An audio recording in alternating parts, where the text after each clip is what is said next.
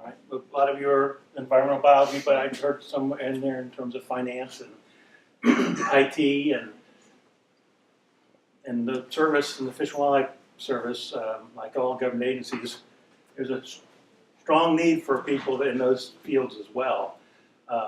We have contracting folks that are really important in terms of getting the work out for co-ops and cooperative agreements and grants, and just getting we have budget analysts that handle our disbursement of funds in our offices. So, and as far as IT, I mean, there's a lot of different aspects of IT, as you know, in every federal agency, including the Fish and Wildlife Service. So, thank you for all coming. And Rob asked me to talk a little bit first about sort of how I got here. Probably like a lot of biologists, and I'm a biology major. I started out in the fields and creeks and rambling and romping and collecting everything I could find, and had a great time doing it. And it was sort of in my blood from the time I was very young.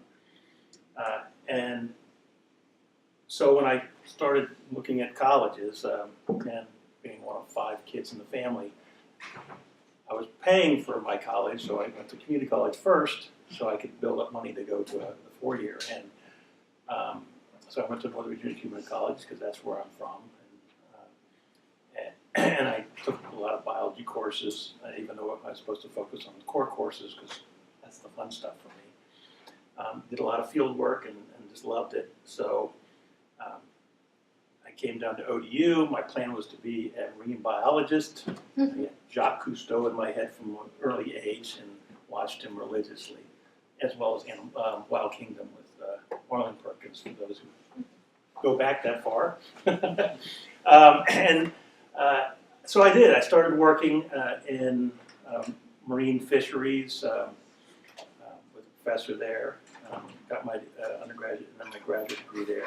And was working on estuarine work. I just worked on a lot of grants with the EPA for the Chesapeake Bay program, and wandered in from fish into larval fish into zooplankton, and did a lot of work with that, and worked with the water quality people. And it was a good gig. I mean, it was fun work and interesting work, and it got me out on the boat regularly during the months. Even, of course, February wasn't that great, but and then from there, when I graduated, I got to have a real job, even though I loved that job I was in, with benefits and everything. So I applied, and I had a lot of trouble when I applied getting any kind of response back. And I don't know how many times I applied to jobs, and only by accident I figured out what I was doing, because I got 2 interviews right in a row. And that was because I was trying to be more creative with the words that were in the job announcement, so I wasn't repeating them.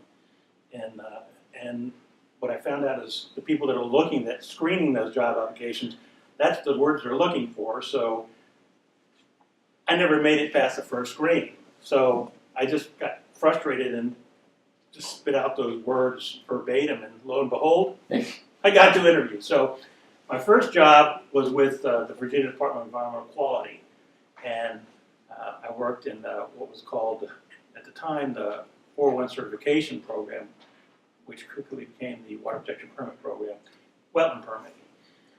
And it was a different world, very unlike academic world. And one thing that you probably already know, but if you don't, that what you learn in college is important, but what you learn on the job is even more so. You use the knowledge you gain in college to not only get the job, but also to back you up. But that on-the-job training is invaluable. And it's sometimes a little tough in the beginning because you're starting from scratch. And for permitting, it was me, and it was especially so because of the 2 jobs I was offered. One was a manager of other people who were doing permitting, and so it was a real ramp up trying to get the knowledge and understanding so I could effectively manage people doing a job that I had never done before. So I did that for 2.5 years, and I was driving from Virginia Beach to Richmond every day, and we had a child, and he wasn't sleeping through the night ever, and I was quickly becoming a zombie, and decided I really need to find something down closer to home. And I saw a job for a temporary position at the Corps of Engineers in the regulatory branch.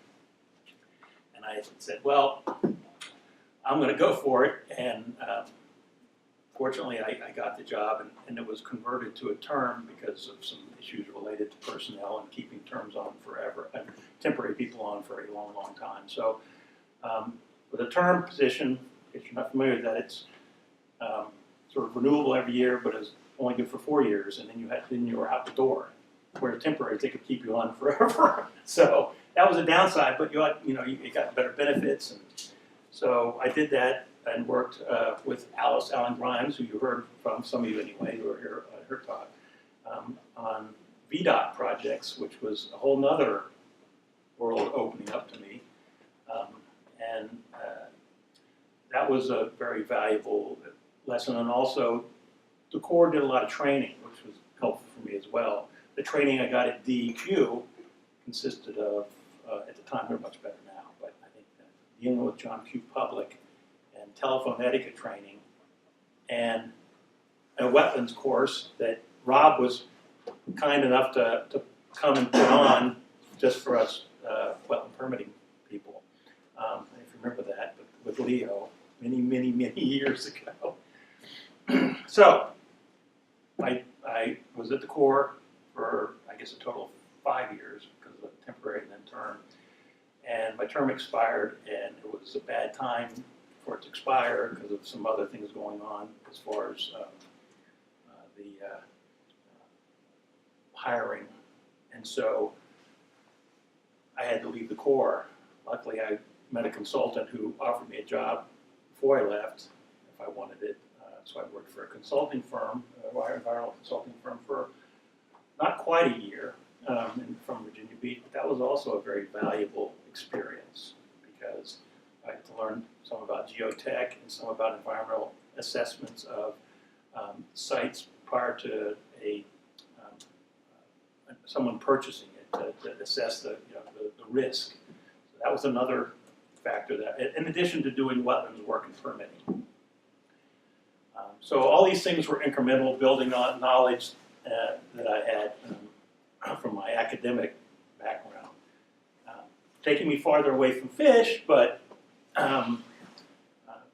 very valuable. And each new job experience helped me get the next job experience because of what I learned and how it worked. So that takes me to 1999 when I was at a party with some Corps folks, and someone that we worked with, Alice and I, Steve Martin, said, you ought to talk to Bridget Costanzo in the Partners for Fish and Wildlife program at the Fish and Wildlife Service. And I said, who's that and what's that? And he goes, it's a habitat restoration program, volunteer restoration. I said, wow, that sounds great. So I applied. I almost didn't get the job, though I didn't know at the time, because they thought I was somebody else at the Corps, which I won't name. But I got the job, and it was a whole nother learning experience because suddenly I had to learn surveying, I had to learn project design, I had to learn project management, I had to learn permitting from a whole different perspective. I already learned that at consulting firm to some extent, but and it expanded my horizon tremendously. And the Fish and Wildlife Service, they really focus on training a lot. So I went to a lot of training, a lot of restoration training, and including a lot of river restoration training, wetland restoration training. So it was really valuable, and I've been doing that since 1999. And a few years ago, I became the program manager for the state, which sounds really like something special, but we have a small program. We have 2 offices, one in Gloucester, the main office, and one in Abington, Virginia, if you know where that is. It's way, way out there. Near the Point, if you know where the state of Virginia is, it's out west. And at the time when I took the job, I took Bridget Costanzo's job, who went to NRCS, Natural Resource Conservation Service, working lands for wetlands, or wildlife program. When I did that, my position was eliminated. I was in before, so we lost a position. And we had 5, now we're down to 3, and including as supervisors to cover the state. So it's a little tight. So that's how I got where I was. For those that are interested in federal jobs, and Alice probably talked about that as well, the best thing to do is, if you're looking, is to get into USA Jobs and set yourself up for it, so that you'll get notifications and you can specify where and what. I think because most of you are young, best to do it broadly in terms of where you want to live, and you tend to be more flexible when you're young and more tied down when you're older for a lot of reasons. But that's the best way. I know with some student programs that Fish and Wildlife Service has, like the Distinguished Fellows Program and the Pathways Program, you can actually work while you're going to school and get paid.